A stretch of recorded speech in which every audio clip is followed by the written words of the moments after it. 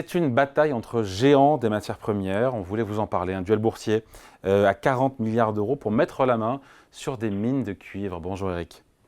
Bonjour, cher David. Eric Lewin, rédacteur en chef des publications Agora. On a l'Australien BHP, que peu de gens connaissent, qui est un géant, qui veut acquérir un autre géant, le britannique Anglo American. Tous les deux sont des géants cotés en bourse. Rappelez-nous un petit peu, expliquez-nous qui sont ces deux géants, ces deux mastodontes du secteur minier. On est dans le cuivre là.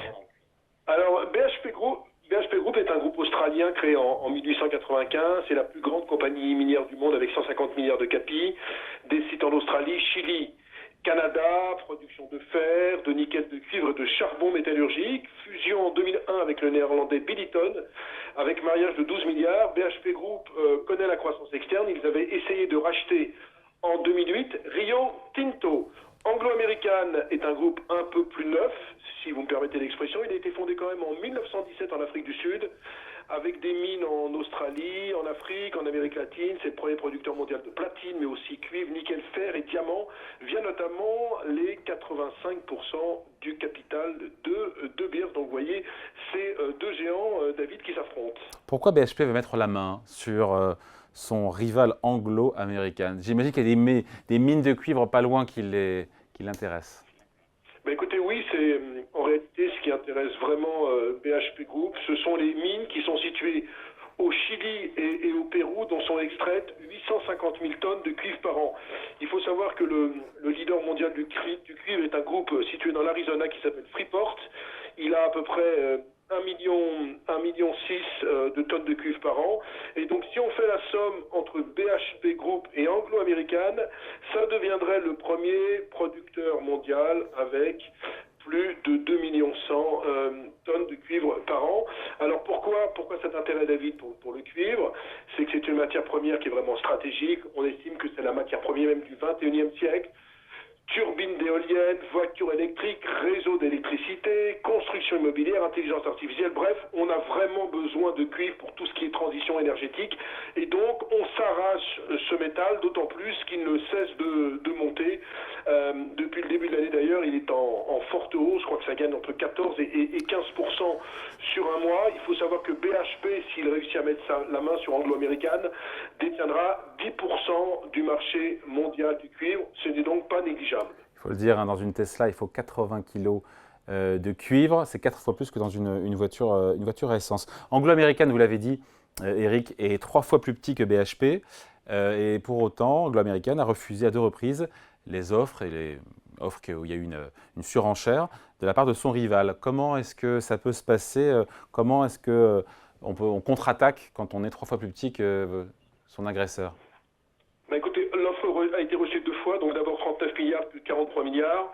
Ce que disent Anglo-Américaines, c'est que finalement, la somme mise en jeu n'est pas assez forte. Alors, qu'est-ce qu'on fait dans ce cas de figure? Eh bien, souvent, on vend des actifs non stratégiques. C'est ce qui s'est passé pour Anglo-Américaine, qui a décidé de vendre De Beers, qui a décidé de vendre des actifs dans le charbon en Australie et qui veut sortir aussi du platine en Afrique du Sud. Anglo American a également indiqué qu'il voulait réduire ses coûts de 800 millions de dollars par an d'ici 2025, tout simplement parce que le groupe veut se vendre au plus offrant, et quand vous délestez l'activité non stratégique, mécaniquement vous pouvez penser que votre valorisation va monter. Il faut savoir qu'il y a 5 gros groupes miniers dans le monde.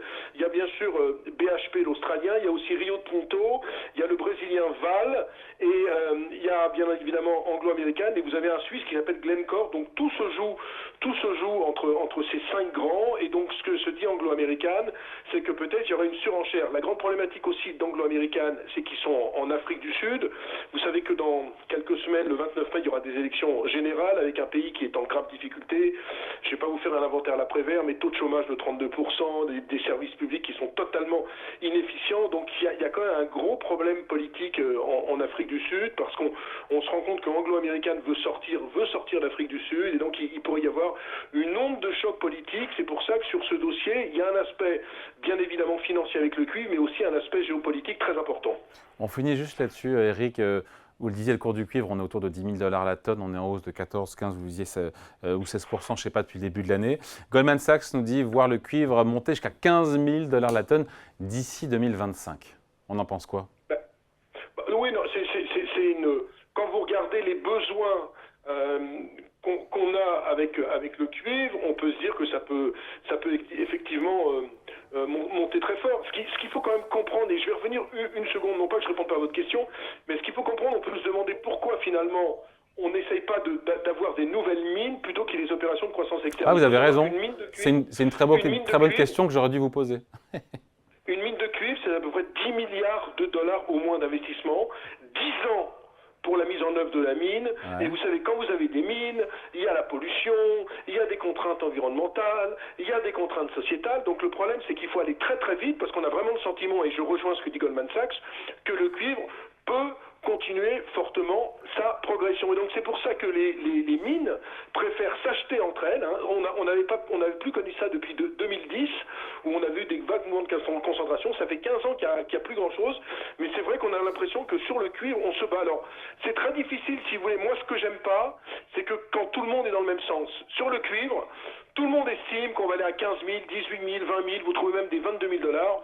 Moi, j'en sais rien. Ce que je sais, c'est que c'est un phénomène totalement incontournable parce que transition énergétique, les voitures, les batteries d'intelligence artificielle, on a besoin de plus en plus de cuivre. Maintenant, ce qui est intéressant, c'est que le secteur des mines était un secteur qui était complètement laissé de côté et peut-être que ça va remettre un coup de projecteur sur un secteur, mais alors complètement oublié depuis 15 ans parce que je vous assure qu'en préparant cette émission, il y a les sociétés, je les connaissais, mais ça fait bien longtemps que je n'avais pas étudier leur ratio et leur stratégie.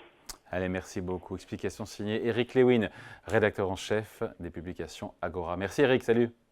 Salut David.